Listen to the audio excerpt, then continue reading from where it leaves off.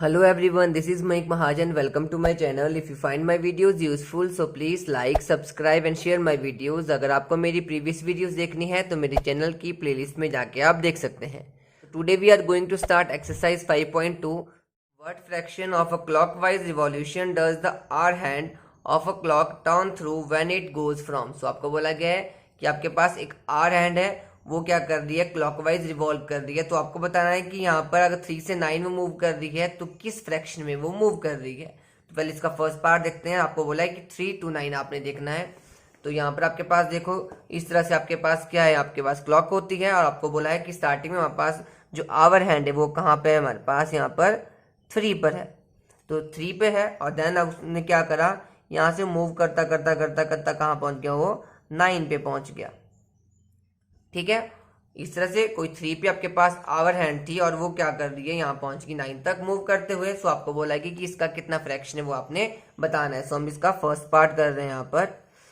सो यहाँ पर अगर आप देखोगे तो इसने 3 से लेकर 9 तक कौन सा एंगल बन रहा है, यहाँ पर क्लियरली हमारे पास दिख रहा है, यहाँ पर एक डी बन रहा है. तो ये कौन सा एंगल बना, स्ट्रेट एंगल. और स्ट्रेट एंगल कितना होता है, 180 डिग्री. तो फर्स्ट पार्ट में हम फ्रैक्शन निकाल देंगे. सो फ्रैक्शन इक्वल टू, तो फ्रैक्शन कितना हो जाएगा, इसने बनाया 180 डिग्री एंगल और डिवाइड में हम क्या लिखते हैं, जो कंप्लीट एंगल होता है. सो कंप्लीट एंगल हमारे पास कितना होता है, 360. तो 0 से 0 कैंसिल हो गया, 18 1 ज़ा 18, 18 2 ज़ा 36. तो उसकी फ्रैक्शन क्या आ गई, 1/2. तो इस तरह से हम फ्रैक्शन फाइंड आउट करेंगे. सो बी पार्ट आपके पास है 4 to 7. आपके पास 4 से आवर हैंड मूव कर रही है 7 की तरफ. तो देखते हैं यहाँ पर. तो इस तरह से आपके पास क्लॉक बनती है. आपको बोला है कि जो आवर हैंड आपके पास वो कहाँ पर है, 4 के पास. तो वो मूव करते करते करते कहाँ पहुंच गया, 7 तक. और यहाँ तक ये मूव करके पहुंच गया. और आपको बताना है कितना फ्रैक्शन आपके पास बन रहा है. तो बी पार्ट करते हैं इसका. तो सबसे पहले हमें देखना पड़ेगा कि इसने जो ये एंगल बनाया ये कितने डिग्री का एंगल बनाया. तो हमने क्या पढ़ा था कि 3 के काउंट पे, जैसे 1 2 3, हर 3 के काउंट पे हमारे पास कितने डिग्री का एंगल बनता था, 90 डिग्री का. ऐसे तो सिंपली इस तरह से बनता तो हम बता लेते कि 90 डिग्री है, लेकिन इस तरह से हमें पता नहीं चल रहा है. तो हमने पढ़ा कि 1 2 3 काउंट के ऊपर 90 डिग्री बनता है. तो सिमिलरली यहाँ पर देखो 4 से 5 1, 5 से 6 2, 6 से 7 3. तो यहाँ पर 3 के काउंट पे क्या बन रहा है, 90 डिग्री. तो ये कितना एंगल बना होगा, 90 डिग्री बना होगा. मतलब ये आपके पास राइट एंगल है. तो इसकी फ्रैक्शन निकालनी होगी. तो इसने ये 90 डिग्री एंगल बनाया. देन डिवाइड करते हम कंप्लीट एंगल से. तो कंप्लीट एंगल हमारे पास 360 है. 0 से 0 कैंसिल हो गई, यहाँ पर 9 1 ज़ा 9, 9 4 ज़ा 36. और हमारे पास क्या बन गया, 1/4 आगे इसकी फ्रैक्शन आ गई. इसका सी पार्ट देखते हैं. तो सी पार्ट में आपको क्या बोला गया है, 7 to 10. 7 से लेकर 10 तक अब आवर हैंड मूव कर रही है. तो किस फ्रैक्शन में मूव कर रही होगी. सो 7 आपके पास यहाँ पर है. तो आपके पास आवर हैंड यहाँ पे 7 पे है. देन आपको वो बोला कि वो मूव करते करते हमारे पास कहाँ पहुँच गई, यहाँ पर 10 तक पहुँच गई. तो यहाँ तक हमारे पास वो 10 तक पहुँच गई आवर हैंड. और आपको बोला गया यहाँ पर बताओ कि हमारे पास ये क्या हो रहा है, यहाँ पर क्या ये एंगल बना रहा है. तो देखो 7 से 8 1, 8 से 9 2, 9 से 10 3. तो यहाँ पे 3 का काउंट बन रहा है. तो मतलब इसने कौन सा एंगल बनाया, यहाँ पर 90 डिग्री एंगल बनाया.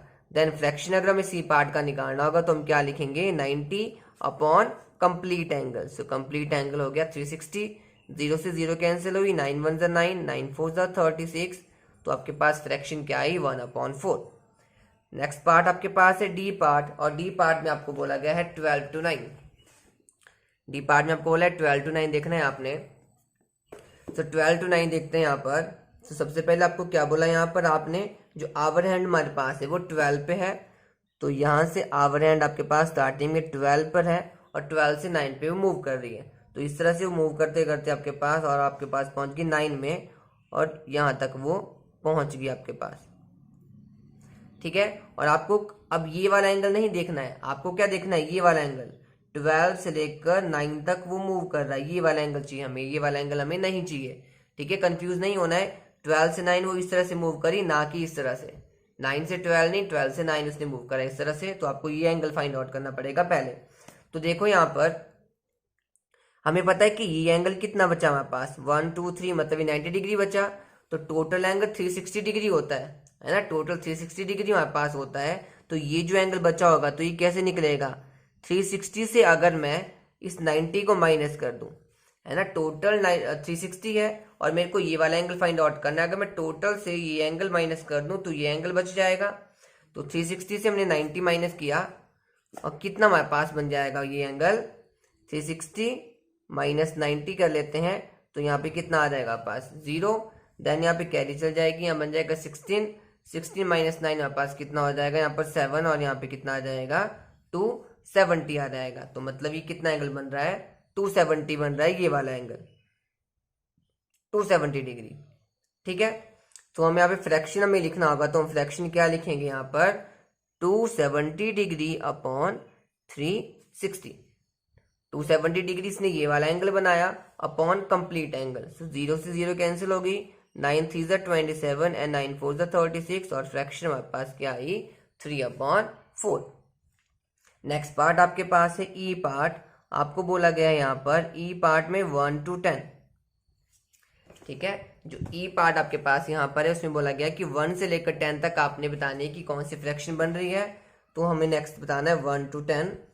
सो अब क्या करेंगे, हमारे पास हम स्टार्टिंग में जो हमारे पास आवर हैंड है वो हमारे पास कहाँ पर है 1 पे और 1 से मूव कर दिया। सो 1 से मूव करेगी वो इस तरह से और जाएगी 10 तक इस तरह से। तो इस तरह से इसने मूव किया यहाँ पे 10 तक। तो आप यहाँ पर फिर से देखोगे कि हमें ये वाला एंगल नहीं चाहिए, हमें ये वाला एंगल चाहिए। यहाँ पर हमें इसकी फ्रैक्शन निकालनी है। तो अब आप देखोगे 1 2 3 तो मतलब ये एंगल बना 90 डिग्री और हमें लेकिन ये वाला एंगल चाहिए था। तो ये बिल्कुल पिछला केस हमारे पास हो गया जैसे हमने प्रीवियस डी पार्ट किया। टोटल 360 होता है, अगर 360 से मैं इसको माइनस कर दूं तो ये एंगल निकल आएगा और ये एंगल कितना बन गया 270 हमने निकाल के किया था। तो ये बिल्कुल उसी तरह आंसर आ जाएगा इसका 270 अपॉन 360। कैंसिल आप करेंगे तो 9 3 27 9 4 36। इसका आंसर भी क्या आ गया 3/4। सो लास्ट पार्ट आपके पास यहाँ पर है 6 2 3। ठीक है, तो पहले हमें क्या करना है, जो आवर हैंड है स्टार्टिंग में वो 6 पे है और देन आपके पास मूव करती करती वो पहुंच गई वहां पे 3 में। तो यहाँ पर आपके पास है आवर हैंड, देन वो मूव कर रही है यहाँ पर और आपको बोला क्लॉकवाइज ही आपने करना है। सो क्लॉकवाइज इस तरह से घड़ी घूमती है तो आपने इस तरह से मूव करता करता करता वो पहुंच गया यहाँ पर 3। तो आपको ये वाला एंगल बोला है फाइंड आउट करने को।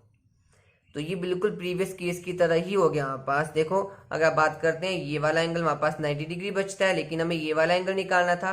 टोटल 360 हो गया हमारे पास। 360 से अगर इसको माइनस कर देते हैं तो ये 270 बन जाएगा। तो एफ पार्ट का आंसर भी ये आ जाएगा।